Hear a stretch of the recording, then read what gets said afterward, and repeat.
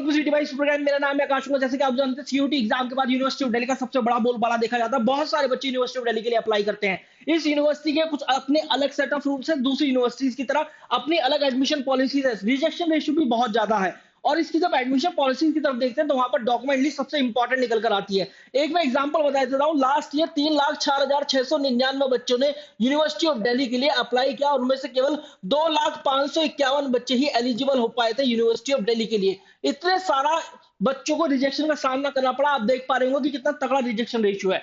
तो document list तैयार कर लो, यही टाइम है। आपके पास होने चाहिए सभी डॉक्यूमेंट सेल्फ अटेस्टेड, और जहां जहां साइन कराने, जैसे जैसे साइन कराने, वो सब चीजें तैयार होनी चाहिए। एक बार मैं बता देता हूँ what are the must have document for admission purpose. सबसे पहला, क्लास 12 की मार्कशीट और उसका सर्टिफिकेट आपके पास होना चाहिए। ये फोटोग्राफ फॉर्मेट में, मतलब मैं बताऊं आपको, एक तरीके से स्कैन फॉर्मेट आप मानकर चलो, जो कि आपको अपलोड वहां पर करने होते हैं। स्कैन फोटोग्राफ आपके पास होना चाहिए इन सभी डॉक्यूमेंट का। क्लास 10 का सर्टिफिकेट, उसकी मार्कशीट, स्कैन फोटोग्राफ और सिग्नेचर।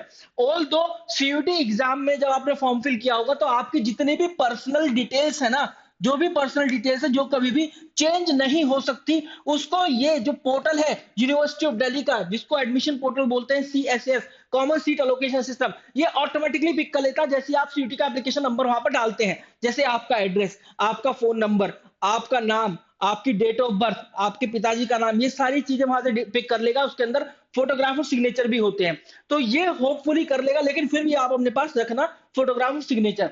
इसके बाद ओबीसी, एनसीएल, नॉन क्रिमिनल और जनरल ईडब्ल्यूएस कैटेगरी से अगर आपकी फैमिली इनकम या पेरेंट की इनकम कितनी है, 8 लाख रुपए साल से कम की है, तो फिर आप जनरल ईडब्ल्यूएस और ओबीसी एनसीएल वाले बच्चे हैं। इनका आपके पास सर्टिफिकेट इशू होना चाहिए, वो 31 मार्च 2024 के बाद का होना चाहिए।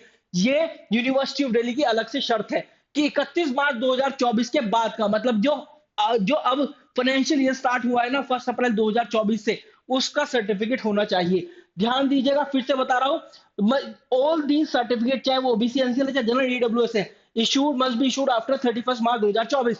करेक्टर सर्टिफिकेट और ट्रांसफर सर्टिफिकेट ये होना चाहिए, ये आपको अपने स्कूल से मिलेगा।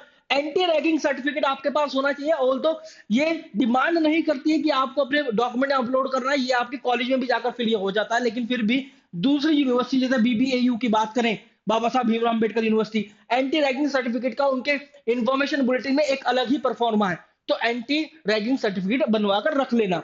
फिजिकल डॉक्यूमेंट वेरिफिकेशन होगा इन सब का जब आप अपने कॉलेज पर जाकर रिपोर्ट करेंगे। कुछ कुछ कॉलेजेस बोलते हैं कि आपको फिजिकल डॉक्यूमेंट वेरिफिकेशन भी कराना है, उस तारीख को आना है जिस तारीख को आपको बोला गया है यूनिवर्सिटी द्वारा कॉलेज में रिपोर्ट करने के लिए। उस तारीख को आकर फिजिकल डॉक्यूमेंट दिखाने हैं और एक एक फोटो कॉपी भी रख लेना उन फिजिकल डॉक्यूमेंट्स की। इसके बाद जो भी बच्चे SC, ST और पर्सन विद बेंचमार्क डिसेबिलिटी वाले बच्चे हैं, उन सबको ये वाले सर्टिफिकेट होने अनिवार्य हैं, अगर आप इन कैटेगरी का बेनिफिट उठाना चाहते हैं तो ये है डॉक्यूमेंट लिस्ट, जो कि आई होप कि आपके समझ में आ गई होगी। Wish you very good. लगाइस, जरूर मुझे कमेंट सेक्शन के अंदर बताइए कि आप कौन सा कोर्स टारगेट कर रहे हैं और आपका कितना मार्क्स बन रहा है सीयूटी एग्जाम में, so that I can reply your comments based on the your marks, कि आपको वो कोर्स मिलने की संभावना कितनी है। So guys, you can join the community Telegram, Instagram on CUT.toprankers.com, CUT by Supergats and CUT.by Supergats handles respectively. Thank you.